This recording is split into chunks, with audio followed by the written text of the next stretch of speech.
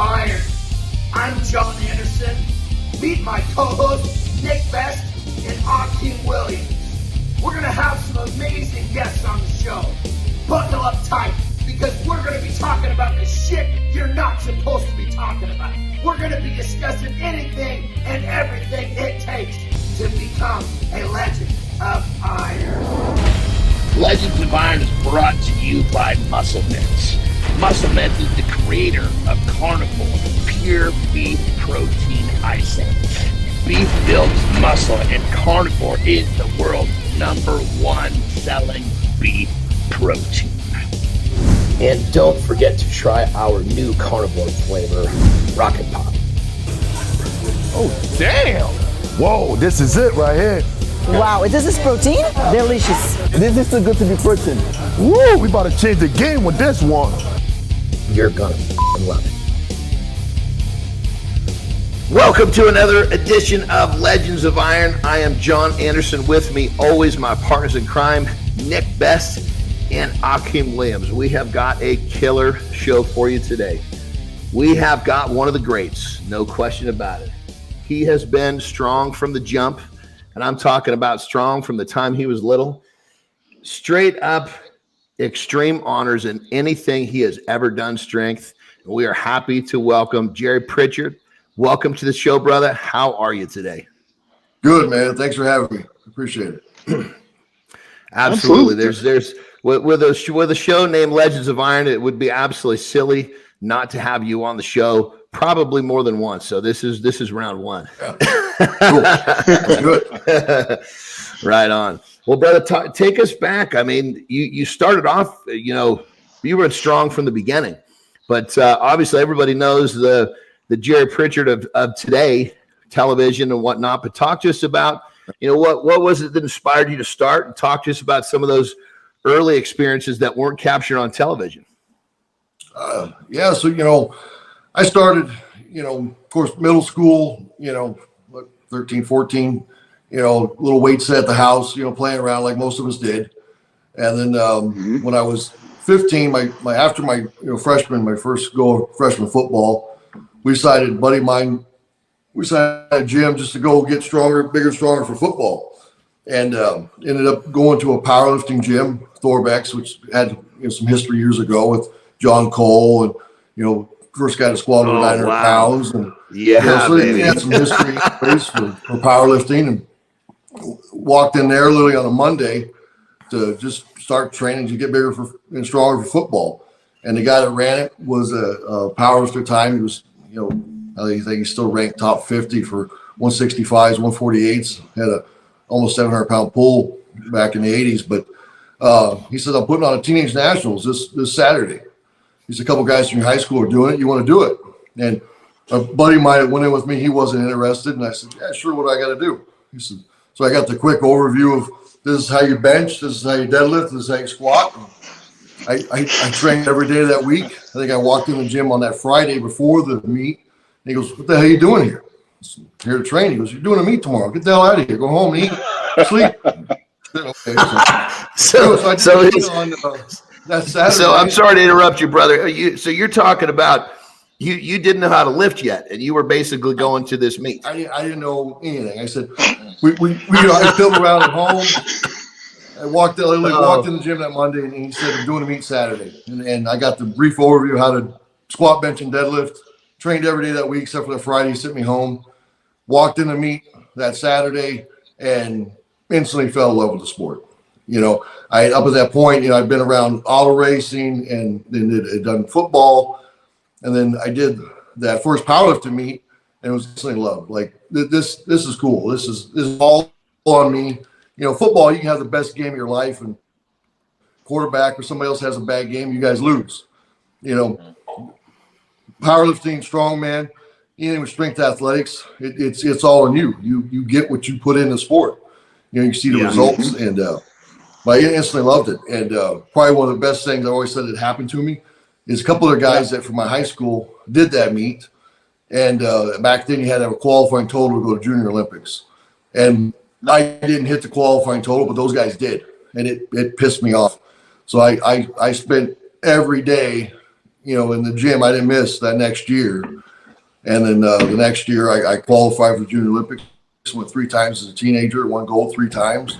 And then the powerlifting on up away for Strongman. But yeah, that was my kind of trial by fire. Just got through right in my first meet, literally after a week in the gym, and instant fell in love with sport.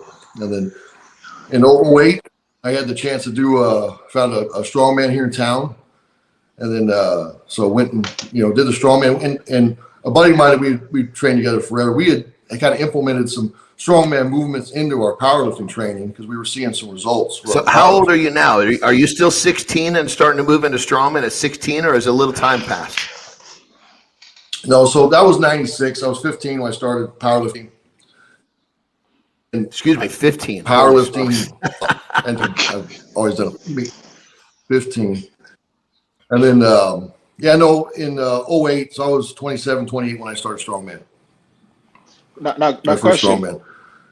Question at your first meet. Yeah. Do you remember the total in terms of your bench, your squat, your deadlift? So I believe I benched about 165, squatted somewhere about 240, and deadlifted 380 in my first meet. Shit. And that's for somebody that's never done that before. Yeah. That's crazy. It was probably about 197, 200 pounds, 201, somewhere in there. Yeah. And then deadlifting right in the box.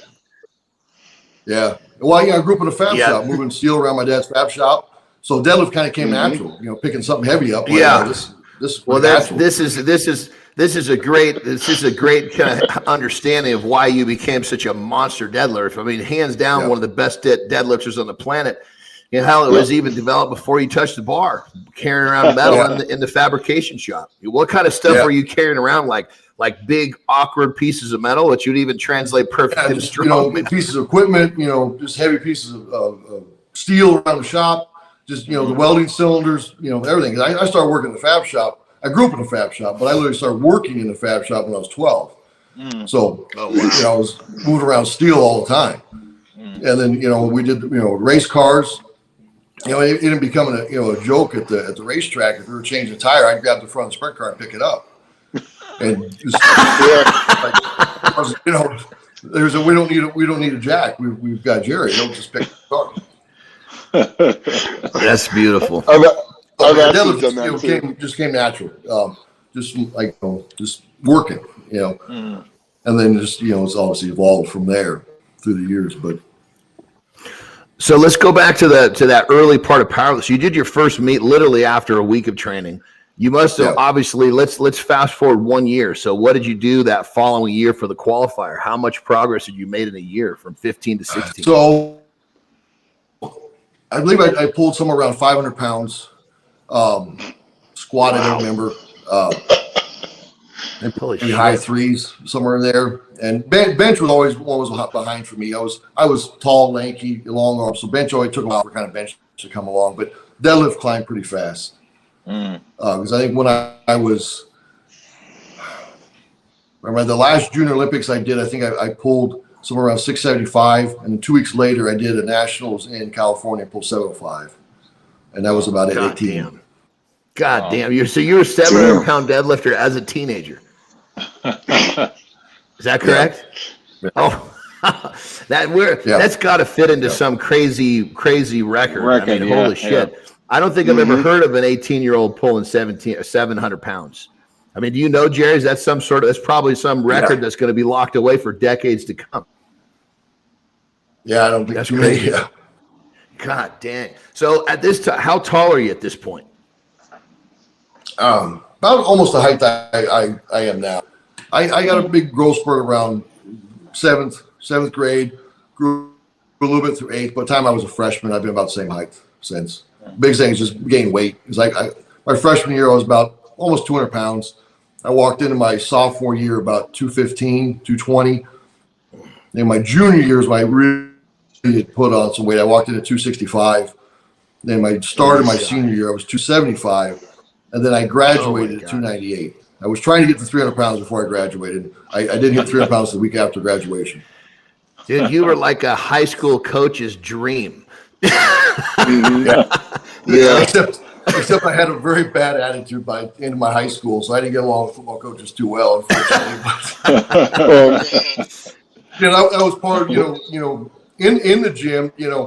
By the time I was a junior, I was the strongest guy in the powerlifting gym. So for a football coach to yell and try to intimidate me, it wasn't going to work. Yeah. So it wasn't my senior year. The one football coach, he was an ornery bastard, and we finally saw eye to eye. He literally got in front of me one practice and was like, hit me. I'm like, this guy doesn't want me to hit me. He was just an ornery Irishman, and I kind of half-assed come off the ball and popped him, and he goes, I said hit me. And after about the third time of him yelling at me, I laid into him pretty hard. And he went back about 5 yards. I remember the lineman coach caught him.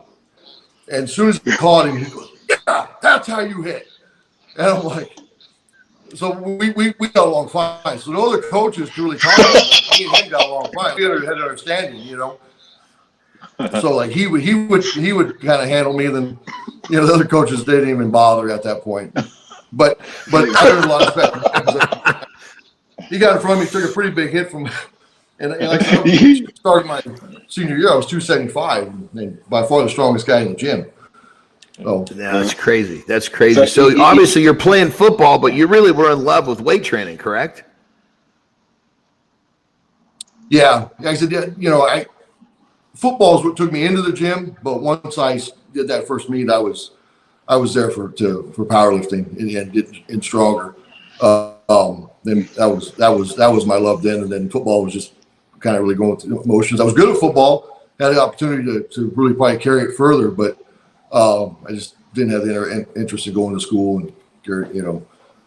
and I just wanted to lift at that point too. So every time I get done with the football season, I'd be kind of pissed off about what I lost, from what I went into the season, and it was like, how it is. You play football and that. Yep.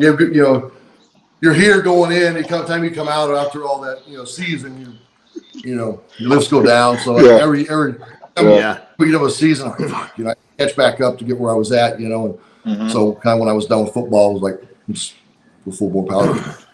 Right back. Crazy, bro. So check this out. So when think of the two of us in high school, we were like the polar opposites. You were the guy that I was dreaming to be, but I was just this pathetic little fat sucker that hadn't hit puberty yet. So here's the question. So when I was getting picked on and getting stacked on the lockers, were you part of the people that came to save me, or part of the people that were stacking me on the lockers? Which group were you in? Maybe save, or I just let you defend yourself. I don't know. I wouldn't be the one stacking on the lockers, though. I didn't mess with anybody that way. I just take any shit from anyone. I didn't go out to bully or mess with anybody. As long as you didn't give me shit, we didn't have any problems. And like one of the guys, other guys my age, I had really zero problems in high school. Ones that I didn't get along with was football coaches, because especially back then, how football coaches, how they taught at that level was trying to intimidate guys. Which a lot of guys it worked. Well, it didn't work for me. Like I said, I trained with seasoned powerlifters in a powerlifting gym, and I was the strongest there. So some football coach that is acting like he had some kind of football career is going to try to intimidate me. That wasn't well, you're gonna work. Yeah, that's crazy, brother. So I mean, you really, I mean, you came out of the gate as a beast. You've been a beast your whole life. I mean, that's this. So obviously, powerlifting's here. You did well. Love powerlifting. I really dedicate for all of it to. Go ahead. I'm sorry, brother. Yeah, I dedicate always just growing up in the Fab Shop. Just, watching, my old man worked 16, 17-hour days. That was nothing, back then, in the Fab Shop. So I everything I've done through, strength athletics, I owe to that upbringing in that Fab Shop, that hard work, because that's cool, brother. This, moving iron and strongman and powerlifting, not easy. You're beat up, and it's not for the faint of heart to do it. So you have to have that toughness going into the sport to be good at it. Yeah. Yeah, Agreed. for sure. So you said you turned the corner to strongman in the mid '90s. So kind of talk to us how, as obviously there was a period before you started hitting the TV. Talk us through the timeline before you kind of made it to the elite. Yeah, so I did the first strongman in 2008. It was quite a while after I started powerlifting. I just, back then there wasn't social media or anything to find out where things were. I mean, back when I started powerlifting, you guys know that how you found out about meets was in the back of Powerlifting USA. Looking at the back and see who posted what meets were coming up. You didn't go on social media and see who had a meet. True. Yeah, that was just the way it Monthly was, magazine. And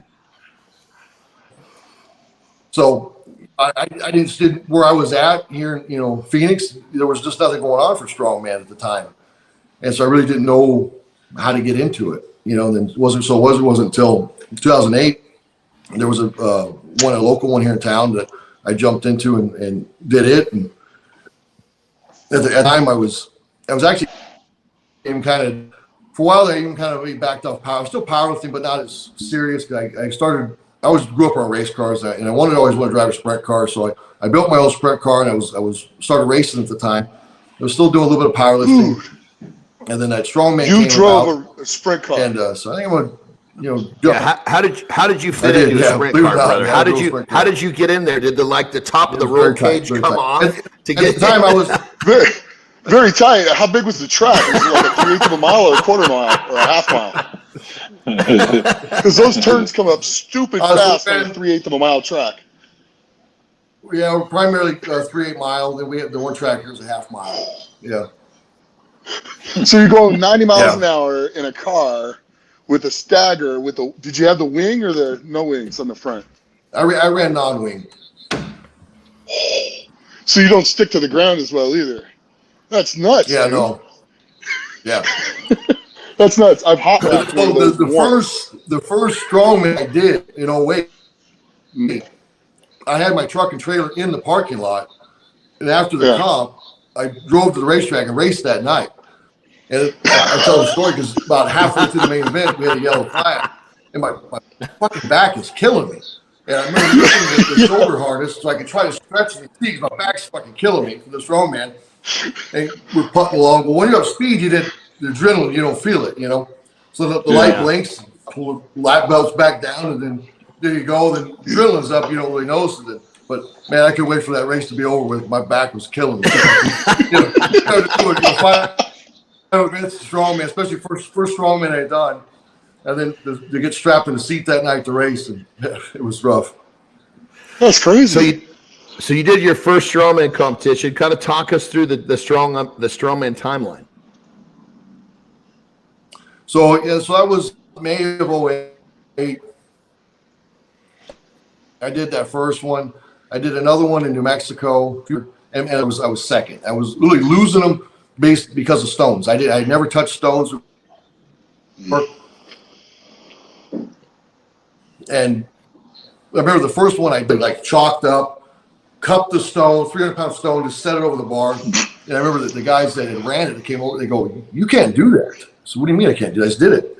They said, "You're going to tear a bicep. You can't do that shit." So then they kind of showed me some techniques on how to do it. And so I did the next one in New Mexico, and again second. I lost on the damn stone. So then it was like, all right, I got to make a stone. So we made a couple stones, and then I did another one. And then at the time I really couldn't, financial spot I was in, I really couldn't afford to be racing.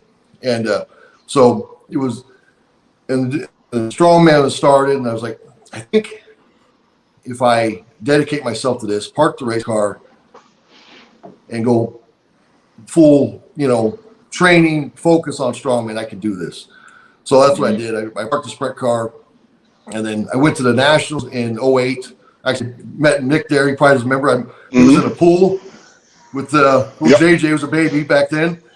At Van Hatfield's Nationals. And we went there, and I'm thinking, I think I'll do okay. And I think I was like 15th, but I zeroed a 280 log. But every one I did, I learned. Like, okay, now I got to do this. Now I got to work on this. So I just evolved from there. So that was 08. I did, more amateur one after another for the next couple of years. And then at the end of 09, I did California Strongest Man, and I won every event. And so I finally I feel like I covered the amateur level. And Old Ogden let me do the Fit Expo in January of 10. I competed with Nick and those guys there. Yep. And that was the first pro show I did there. And then 2012, I won Nick's Sin City. That was a Giants Live qualifier. Went to my first Giants Live. Was qualified for World's Strongest Man in 2012. And then that next January, I won the Fit Expo in 13. And that put me on the Arnold stage for the first time in Columbus. Yep. And then just evolved from there. That's crazy. That's a great progression, brother. You when you climbed to the top quick, and you're one of those guys that was there's a lot of guys that did well and say World's Strongest Man, but not at the Arnold. You're one of those guys that did well in both. Yeah. Yes. Yeah, I always loved the Arnold. I love the heavy, the Terry Todd. The old school Arnold heavy. I love that. I still think 2017 was the last of the heavy year of the Arnold. We had the 1140 frame up the ramp, the 2 goes at the yoke. The second yoke was 1565. The max deadlift the next day on the elephant bar, I pulled the 1031. We had the 430 Austrian oak that night for reps. I mean, that was a heavy year. That's an understatement. Heavy years, just super heavy year. Heavy years, yeah. I mean, all those years were heavy, but I think, honestly, in my opinion, that was the last of the really heavy, where everything was heavy.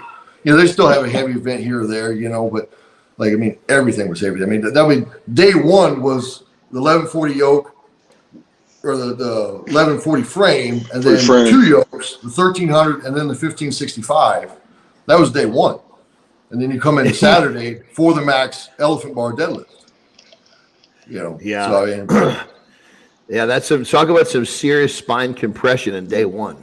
Oh, yeah. I love it. What was the most fun you've had on the deadlift in a strongman contest? Oh, great question, Nick. I want to hear this. Probably that one with JF and I at the Hummer Tire at the Shaw Classic, that first Shaw Classic. Man, the energy in that room that day with him and I just going kind of tit for tat on the Hummer Tire. And then, we broke the world record, then we chipped it, we broke it again, and then we finally got to 1200. And it was, one of those things too, kind of like when I pulled the 1031 at the Arnold. It was on a day you never think something like that would happen. It was on day 2. We drove up to Shaw's Mountain Gym to do day 2 after a heavy day 1. As you figure, deadlifts probably won't be very high, and it was just one of those days, that. Guys had all dropped out, and then JF and I are just going one after another, just chipping each other, just fun. And then, the whole room, all the guys, just turned into, fans, and the whole room's going nuts, and the energy was, it was fun. It was cool. Yeah, you could cut that shit with a knife when that stuff shows up. It's like those moments that it's like you cherish those moments for the rest of your life, and they come so out of nowhere. Just like you said, nobody was thinking that day was going to turn out to be the way it was, and look what happened, man. Yeah, when I pulled the 31 at the Arnold and 17 day 2, I remember warming up, and it just didn't feel good. The hamstrings were really tight. I was afraid I was going to tear a hamstring. I put it 921. It moved okay, but hamstrings just won't let go. They're really tight. So we went to go easy, so we went 960 something. Saying it moves okay, but the hamstrings just, I'm pulling cautious because I'm going to lose the hamstring. I knew it. And then, so I'm looking at the training partner and what do you think? Well, let's go conservative. So I'm 981. Pull 981, all of a sudden, everything opened up. Felt great. And we're walking over to him, I go, dude, we wasted it. We wasted the third attempt. Now we're good. And then that's when Jan Todd walked over. She goes, you want to go with the rep 1031? I'm like, sure, let's go.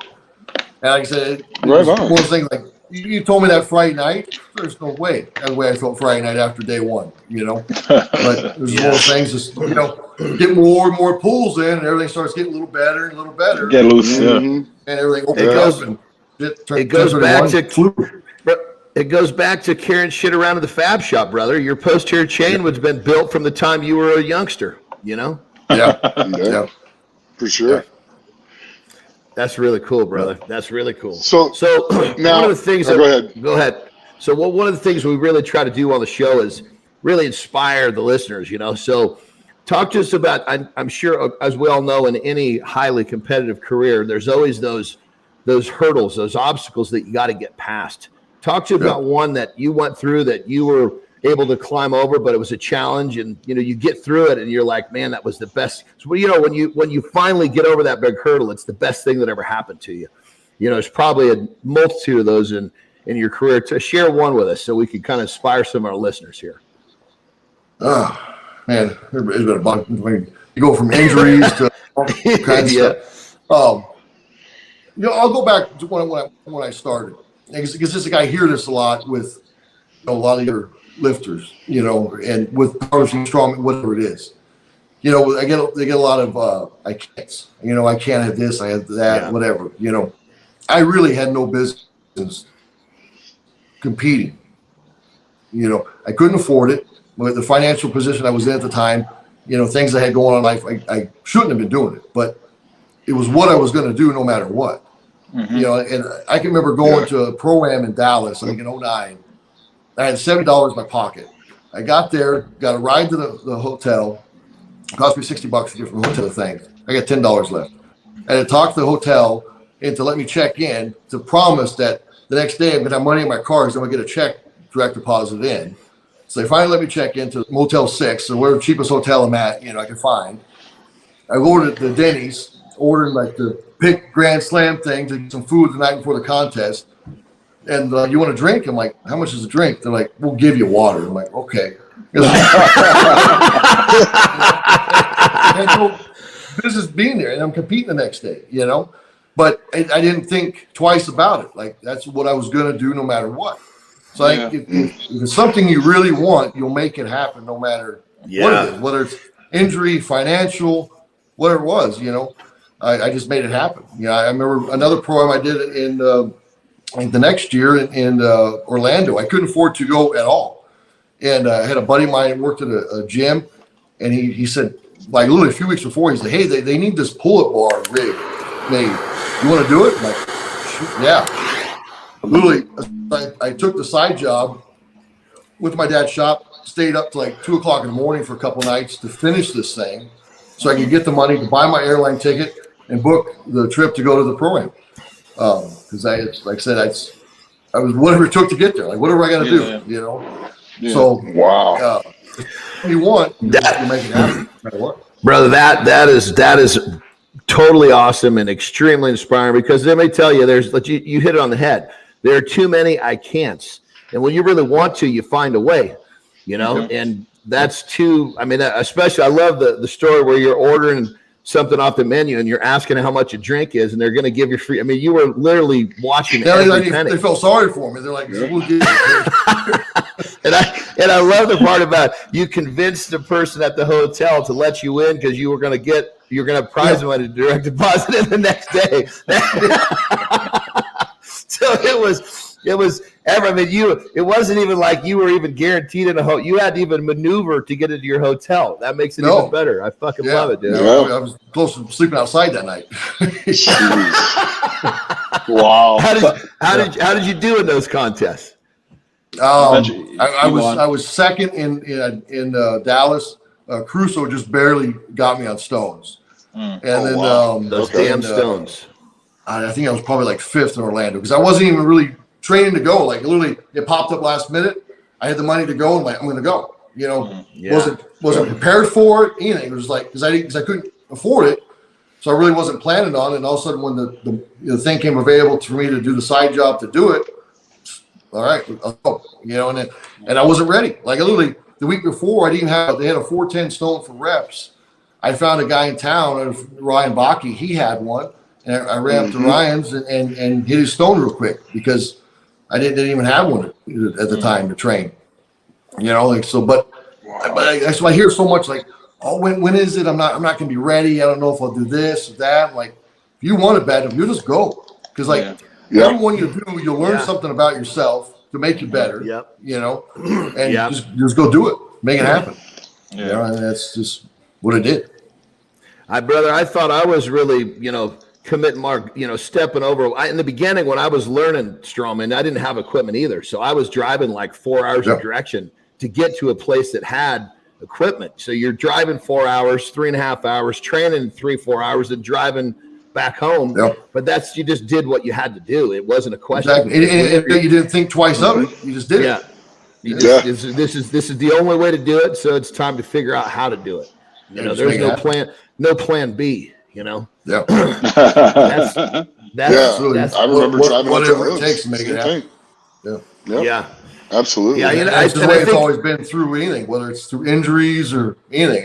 Whatever I got to do to get through it, I'll get through it. What's the nastiest injury that's plagued you so far?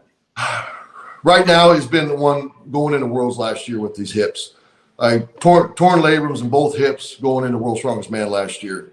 Between that and the bulges in the low back is most pain I've ever been through. That was a rough go. Wow. I've noticed you bring your deadlift technique in. You brought your feet in a lot.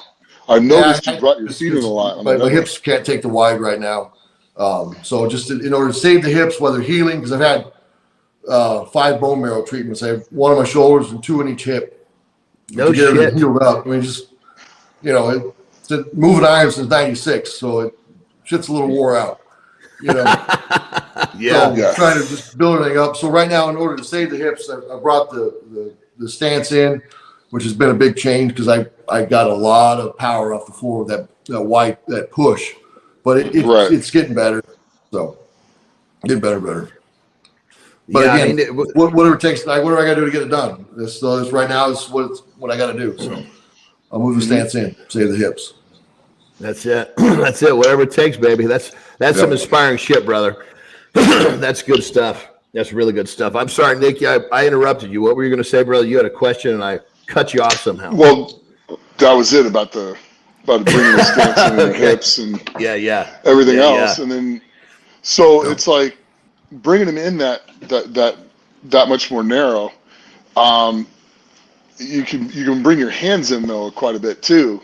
So that's going to help in areas when you go to lock out and stuff like that. Yeah, so it's kind of some give and take. I lose that power I got from that big wide push off the floor, but I'm getting the reaction of the bar now, which I didn't get before because I was so wide. Yeah. So it's a little bit of a give and take.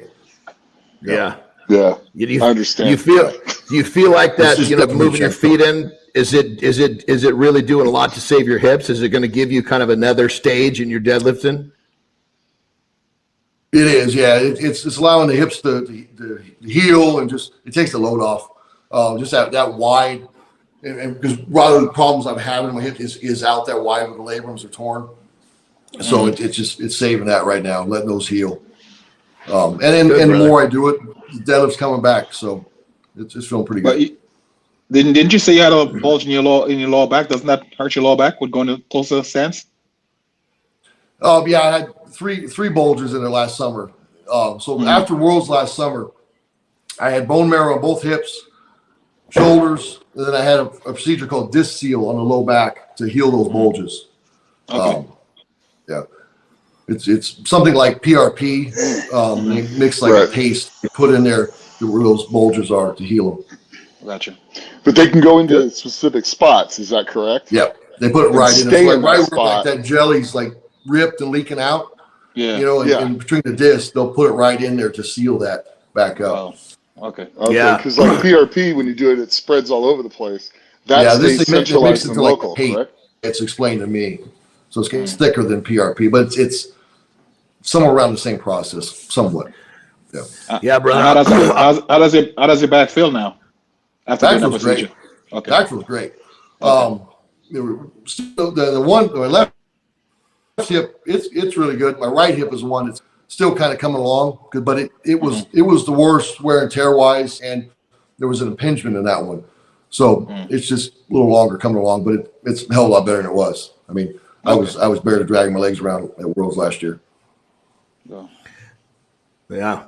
Well, brother, let's shift gears. I want to hear all about. Everybody wants to hear all about the mini me that's coming up. You've got a son who's an absolute monster. Bubba. Yes. Talk to us about him. Oh my God. Yes. Talk to us about him. How old is he now? He's 11.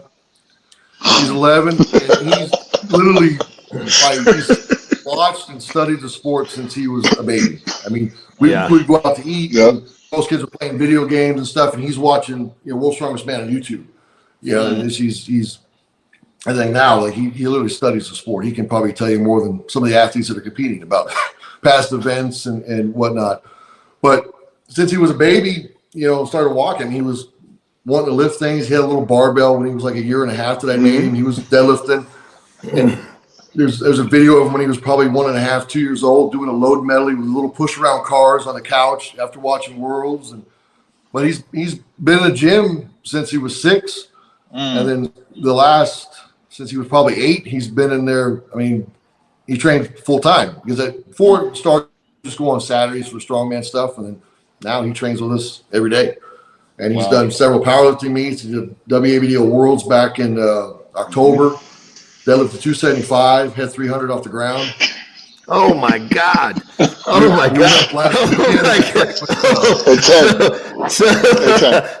Last week he trained with Brian Shaw, and up in his mountain gym, he's got Shaw's big Rogue yoke, and 35, and he goes down and back. I'm like, do you know what you have? He goes, I don't know.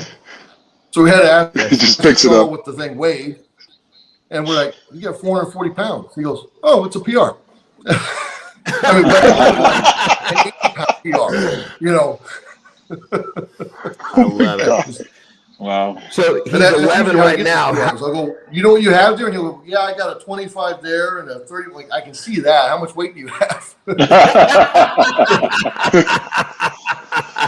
Oh, I love it. He's like, I don't know, 11. I can pick it up and go.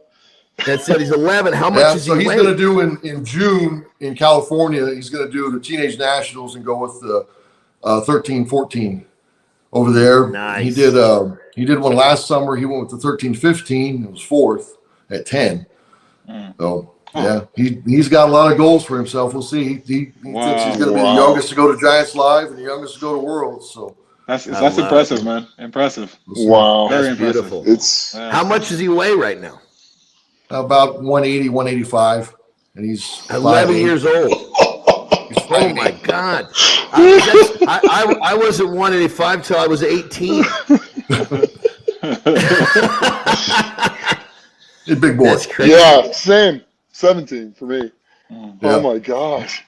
So talk to us a little bit about, here's an interesting question. Talk to us a little bit about his diet. Let's leave your diet aside. Let's talk about Bubba's diet. What are you feeding him? It's getting to the point here pretty soon that I'm not going to be able to afford for both of us to be pro strongman. Because he likes to eat a lot of steak. So. But yeah, he primarily eats what I eat. Like every night after training, we have steak and rice, and so he eats primarily what we eat. It's pretty much the same stuff. That's what he likes to eat. So, he's gonna retire. He's gonna have you retire pretty soon, man. Yeah, he's gonna have to just afford his diet.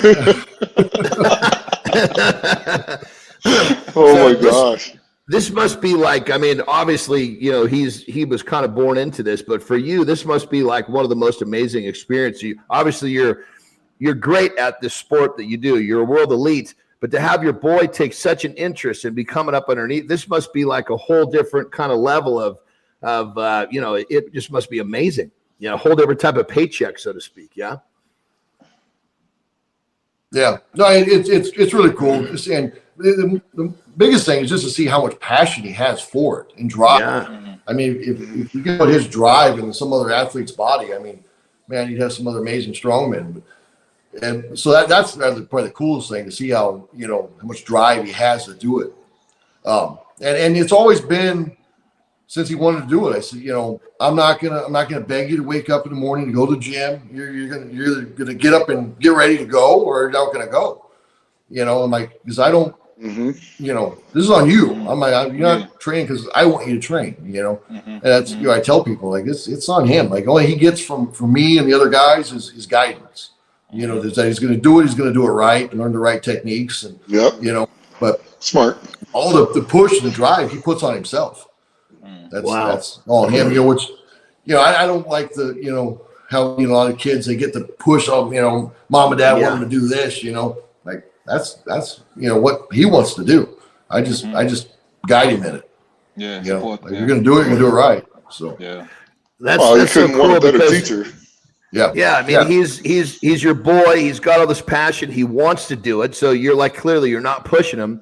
It must be such I mean, I can only imagine how that must be. I only have girls, so I didn't have any boys. But if I did have a boy, for him to take interest in what I was doing would have been a whole different level. It would have made it so special. So I envy you, brother. That's really cool. Really, really cool. You know, I know it's a lot of fun because he's become another one of the training partners to the rest of the crew. You know, John. You got to be careful, man, because all our female listeners, they're gonna be like, "What's going on here?" Brother, we don't have female listeners. Are you kidding me? Come on. Let's be honest. I mean, let's real quick look at all of our social media. Hit that button where it says men to female ratio. I guarantee all of us are under 10% female. Yeah. You know, guarantee. 11. Okay. Yeah. So we're not catering to females here. You know? No. And for those of you that are listening, I apologize. I'm not trying to push you aside, but the majority of who we're talking to are men here. Let's be honest. Well, it's going to be whole lot of fun to watch him come up. It's going to be amazing to watch him come up, brother. Totally awesome. You know? Yeah. Really, really cool. So let's go into some fun questions here. Yeah. Sorry, go ahead, please. I want to hear about him. I love hearing about him. Oh, you know, we joke at the gym, like, he doesn't know because he's oh no, we lost him. He is puberty, his natural testosterone hits and all that. I'm like, dude, man, your lifts are going to do this from the base that you have now. Like, he doesn't even know yet what his body's going to do in the next couple of years. You know. Oh yeah, he's got such a base, you know, and everything's gonna be so conditioned that, man, it's gonna skyrocket. It's gonna be when he hits 14 to 15, that's gonna be fun. Oh my god. Oh yeah. 14 to 15, that seems like the age. That's just big. Yeah. 11 years old at 185. He's gonna be like you. He's gonna be a 300-pounder. You know, probably before the end of high school, I would imagine. You know. Oh, probably before because he's much bigger than I was as a kid. I wasn't. Especially his joints, his bones. He's bigger than I was. Big kid. And then his 2-year checkup. You know, they kind of project height. They project him to be 6'6", 6'7". So. Wow. Oh boy. Oh boy. We gotta. I mean, this is like. I mean, if you think about it, you look at some of the greatest of all time. They weren't starting at this age. No, and they didn't have a dad that was teaching them. I mean, his goals of being the youngest to break all of these, you know, to have all these titles. This is real. This is not just some sort of a kid, you know, hoping. I mean, he's got a head start on everything. Yeah, no, he's dead set that he's going to go to Giants Live at 16, 17. So, wow. God, that's going to be fun to watch, brother. Fun to watch. Yeah, totally cool. So let's switch gears in terms of. So let's talk about. In the current state of strongman, who do you believe are the top 5? If you had to rank, not only top 5, but put them in numerical order. Ooh, that's a tough one. You know, depending on the given day and the events, you know, things can shift from probably 10 to 12 guys. You know, so just think if you had to think just strongman in general. If you just think of, granted, if you just took, you definitely got to put. You got to put Martins up there. Obviously, Martins has done really well the last couple of shows. Martins, Shaw's, you know, still Shaw, you know. So you still got to put him in that top 5. And then there's some, you know, other, you know, new guys that are, you know, kind of battling up there that have some really strong lifts. But Novikov, like well-rounded guys, definitely Novikov. Definitely JF was in that list, you know. He was right up there like the Rogue, and I believe he would have been top 5 of the Arnold if you know, things wouldn't have happened. And then I still, for me back 100%, I'm in that top 5. So there we go. There we go, baby. Yeah. Yeah. Okay. 2020, I was damn close. So a few things were a little better. So things heal back up. I plan on being back there. So let's go, baby. That's what I love. One and then there's young guys that one got stone some huge away. lifts. They just have maybe a couple holes in there where they don't maybe quite all around. You know, like Bobby Thompson's got a huge log press. Evan Singleton, his press has come up a bit. His deadlifts come up. He's good at moving events. So he's come a long way. He'll be interested in Worlds this year. See how him go through the heats. There's a lot of good guys right now, you know. And then you got obviously Tom Stolman, Luke's right. You know, Luke's got a huge log press. And then you know, some of these other events are really good. I think Deadlift's his biggest Achilles right now. And then you know, Bishop on a good day is you know, right there, top 2, top 3 in deadlifts. You know, so I mean, man, there's a lot of good guys right now. You know, depending on the day and on the set of events. You know, kind of how it favors guys. So I got a question for you. Yep. It's come out that there's going to be a deadlift ladder at World's Strongest Man this year. Yep. So what would be your philosophy, and then who do you think that would help, and who do you think that would hurt? Who do you think's going to smoke it, and who do you think's going to struggle, and why? Obviously, the best way to go through that is flop grip.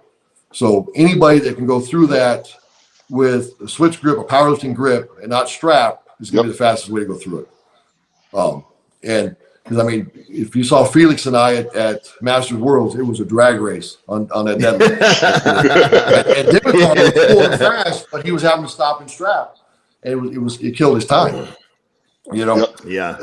So any of the guys that can do that, but I think there's only a few guys that are probably capable of doing that. I think Brian can do it. He's got the grip to do that. You know, problem with strongman is, you know, a lot of guys maybe that came from powerlifting never even done a flop grip. So it's not only just a grip, but opening up that bicep to be comfortable to pull. You know, especially around an 880, that's going to be a big finisher to pull that, you know, switch grip. But that's definitely going to be the best way to go through it, because there's a lot of good deadlifters that will pull all 5 of those. So only going to separate is time. So and to take the time strap, it kills you. So if you can go through it, you know, flop grip, at least if you go through maybe 3 or 4 of flop grip, is going to be the separator there. So I think guys like Tom, Brian are all capable of doing that flop grip and going through fast. And then there's some other guys like Bobby and Evan could probably do flop grip. He's got a good grip. But some of those other guys, I think they might be too tight to open up the bicep to turn, and might not have the grip to do it. Because pull 5 of those, you're going to have a good grip, because your grip's going to start going. You know, those are 5 heavy pulls. Especially the time you get that 80 and you're already fatigued. 880s on a flop grip, there's not too many guys can do that anyways. And then to do that on the 5th rep is going to be tough. But there's a few guys I believe can do that, and I definitely, I think that I favor Shaw, honestly, Shaw or Tom. Yeah, that's that's going to be an interesting event. I lost my mic. I can hear. We can still hear. We can still hear, brother. Every time you pump that ear, we can hear you moving it around, so we can still hear you. Can you hear us? I guess not. I can't hear nothing, guys. Hold on. All right. Well, I guess he'll be back in a second. So I guess moving into the next question, brother. So we went through the top 5 current. Talk to us about top 5 of all time. All time. You got to put Savickas, Shaw, Kazmaier. I think Kazmaier could still plug into later eras if he trained the way, you know, this era training, he would get to that level, you know. Odie Wilson, definitely being there. Odie, I think, is still one of the strongest guys not to win World Strongest Man. You know, I believe what a beast he was, huh? Oh man, yeah. And you know, I don't know about absolute strength, but for being a very efficient would be Magnus, because Magnus was a very efficient strong man. Oh yeah. You know, not Sorry, guys. statically the strongest, but efficient wise, like he was good at all the events, and he could still hang with the really strong guys to keep points. Yeah. You know, and then to dominate on the events he knew he could dominate on. So I think he's definitely in on that list too. Yeah, that's a tough list to fill, because there's a lot of great strongmen on there, but I think definitely those guys belong in that top 5. Now totem pole those 5. Give them their first, second, third place in the top 5. Come on. You put me on the spot, huh, John? but we're talking about a guy who has been at the top for a long time. He's got a vantage point that most people will never see. So to hear his opinion is really interesting to I think the average if you put man. him at the best, I think you probably got Savickas, Shaw, Odie, Kazmaier, Magnus, probably somewhere in that order. I mean, because some of those guys, it's hard to rate them in the top 5 because the events were so different. So different, at the time, because obviously the weights that, Savickas and Shaw hit in their era are way different from what Magnus and, Kaz and Odie had. But I believe Odie and Kaz would have adapted to this era fine, as strong as they were. I'll agree with that. Funny enough, brother, your top 5 of all time was very similar to Zydrunas. We had him on, and he named off pretty much the same list for all time. Yeah. Yeah. So now we're going to take you back one step. Now you got to totem pole the current competitors in top 5. 1, 2, 3, 4, 5. 1, 2, 3. Well, just based on the last few, you put Brian Martins, Tom, Novikov. I'm still going to put JF in there just because of the last few shows he was right up there, and then Shaw. Yeah, I mean there's so, like you said earlier, so many good guys. So many good guys. So and just depending on the events, because you have more of a Giants Live World style events, set of guys for that. If you have an old Terry Todd Arnold, there's a different set of events, guys for that. Yep. So it would twist a little bit on the events. They're more athletic and lighter or higher reps versus just all out heavy, strong, static. Different set of guys for that. For sure. Yeah. It's kind of interesting because you can't not even remotely pick who the top 5 or top 10 are going to be at World's Strongest Man until you know what the events are. Yeah. It's that big of a difference because I mean you can sit here and go, okay, well it's going to be Brian, it's going to be the Stoltman brothers, it's going to be Jerry, it's going to be, but then they put the events out, and then you have a 275-pound anvil, which is really fast, so the guys that are quick are going to do good, and a yoke that's not quite 1,000 pounds, so it's also going to be really fast. As your first event, well, your top 5 is going to be completely different, whereas if it was a 400-pound sandbag and a 1,300-pound yoke, it's going to be completely different. So until they do that, it's next to impossible to really give a prediction. It's all kind of like who you like until they announce the events. Yeah. Now, if you look at that 20 there, Novikov winning, like you were talking, the anvil 960 something yoke. If that had been a 1,300-pound yoke, Shaw would have won it. Yep. It's the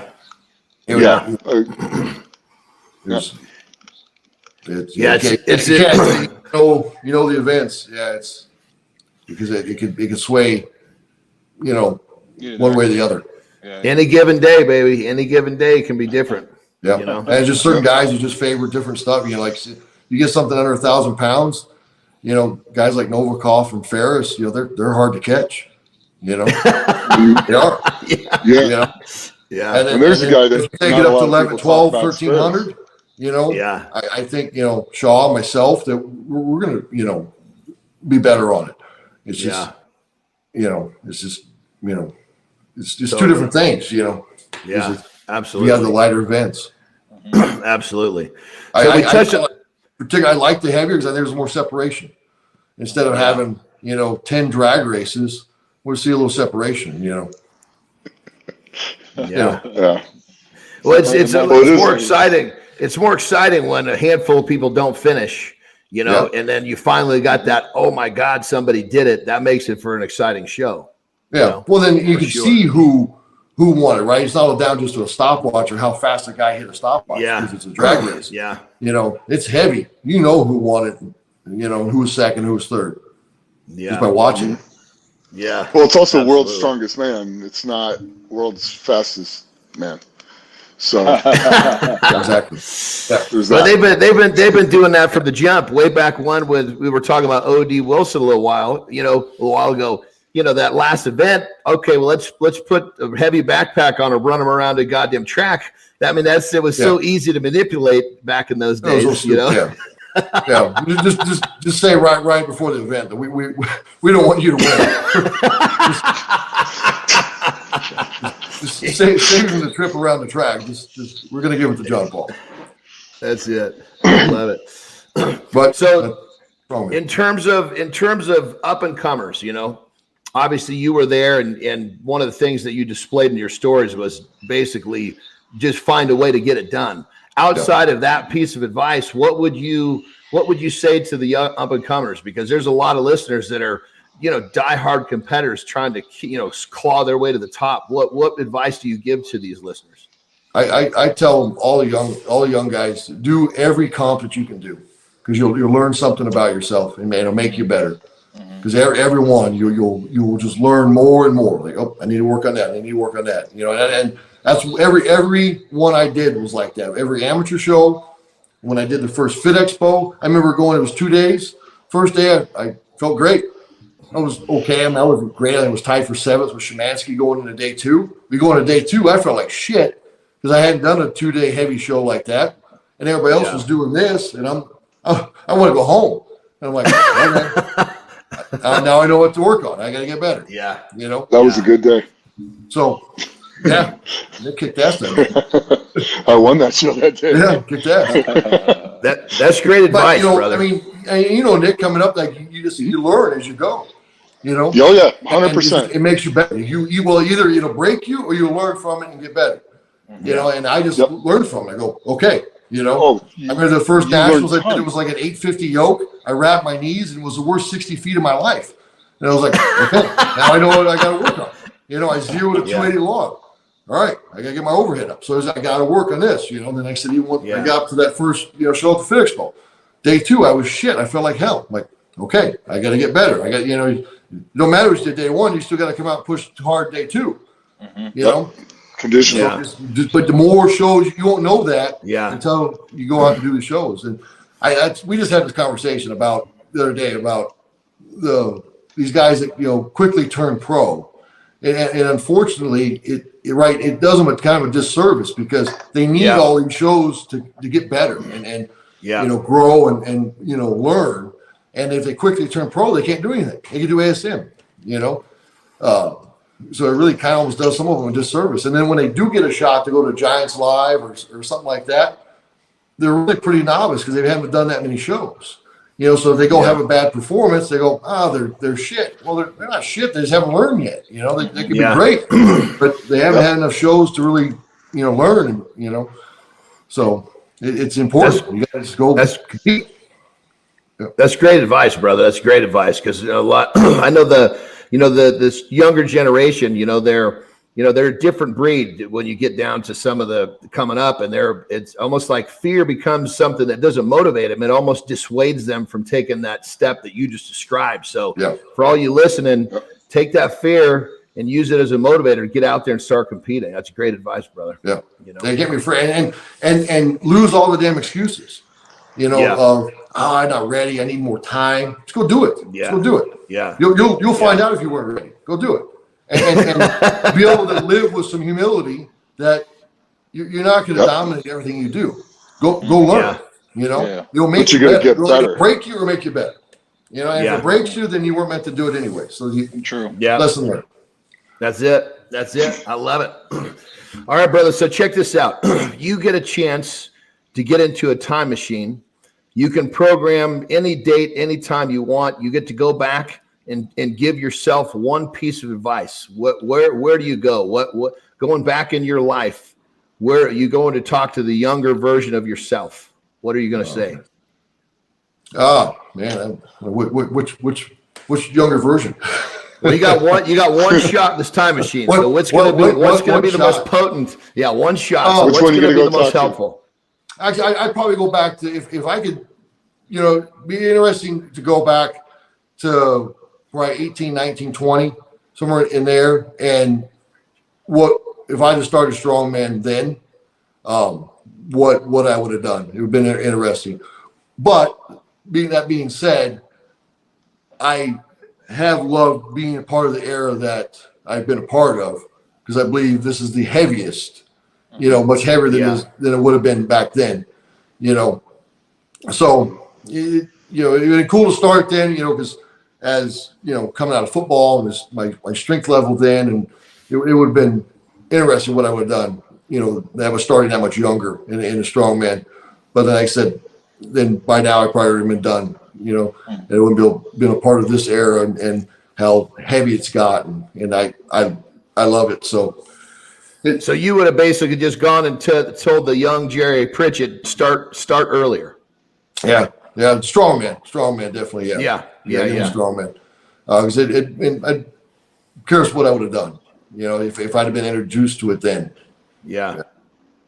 Well, then just like you're saying, you'd have started competing when you were that much younger, and you'd have had that much more experience, that much more development, But then, obviously, there's the flip side. Then those hips may have been given loose a little earlier. There's a flip side, it probably have been done by now, So there's a flip to it. So everything happens for a reason, but it's always kind of fun to talk about, I love it. Yeah. Well, brother, we've had you here for a little more than an hour. We appreciate your time. But one question before we go. You are literally one of the biggest, baddest men on the planet. And for anybody that's never met you, when you shake Jerry's hand, you get a clear idea of how big he is. When his fingers are touching you about mid-forearm, you get the real grip of what a large man this guy is. So you're a legend in the sport. You're still here, but there's going to be a time when the physical part of you is gone. What legacy do you want to leave behind? What do you want to be remembered for? There's some still stuff I want to accomplish before I'm done. Okay. I want to stand at podium at Worlds, and I still want another good run at that deadlift record. So those are two big ones that I want to leave before I'm done. So that's one thing. Body's a little beat up. We're letting it heal up right now, which is fine. But that fire is still hotter than ever. So, and I that's two big things that I want before I'm done. Very cool. I think Very you're cool. Yeah. Sometimes backing up a little bit to, lick some wounds and get healed up is all you need to step back in, bigger, stronger, and you're always smarter for all the obstacles. So you're always learning. That's it. Yep. If you're not, you're just naive and dumb. You should always be learning, because it don't matter what age you are, how long you've been doing it, you always learn something. That's it. That maybe the switch in that deadlift to the more narrow stance is just going to give you an edge when you're able to open your feet back up and get those hips back in there. Yeah, so, I think I'll probably come somewhere back middle between the narrow and where I was before, and I think it's going to be some really good power. Yeah, really cool, brother. Really cool. Honestly, looking at it, you might want to stay there. Yeah, no, it's come along better than I thought. Throwing hack squats a couple weeks ago, and it was like, oh shit, that moved pretty well. So it's coming around pretty well. Throwing some hack squats. But a lot of great deadlifters had narrow stance that have just, they just keep getting stronger and stronger. So, with the power you have, you may just keep it may be moving faster and faster to the point where like, hell, I'm going to break the record with my feet together. It really might just stay. Yeah. Throwing some hack squats with your feet close together like that. Yeah. And start doing heavy hack squats for like sets of 8. That way, like super heavy. Yeah. Watch what happens. Okay. That explosion that you have coming off the ground will come right back, except for it won't bother your hips anymore. Yeah. I'll throw them in. Make a big difference. Yeah. There we go. Oh, yeah. I love it.